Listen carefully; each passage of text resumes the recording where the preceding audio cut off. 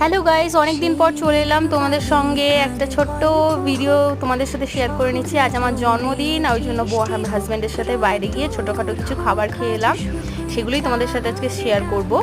তো এইটা দেখে নাও, এটা হচ্ছে কুল্লার পিৎজা আর ওটা হচ্ছে একটা ভেটকি ফিশ ফ্রাই। দুটো টেস্ট করব। কুল্লার পিৎজাটা একদম প্রথম আমি তো খেয়ে দেখবো কীরকম লাগে না লাগে। একদম প্রথম, কোনো দিন খাইনি, এটা প্রথম খাচ্ছি। এটা হচ্ছে সাউথ সিটি মলের ওখানে পাওয়া যায়।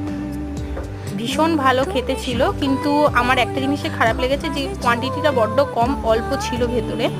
একজনেরও ঠিকমতো পেট ভরবে না খেয়ে, তাই।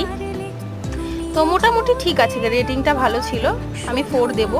আর ভেটকি ফিশ ফ্রাইটা যেরকম নর্মাল কলকাতা স্টাইল ভেটকি ফিশ ফ্রাইটা এরকম ছিল খেতে, এমন কিছু টেস্ট ছিল না। কিন্তু তবু যাক, বার্থডের দিনকে কার না ভালো লাগে বাইরে গিয়ে খেতে।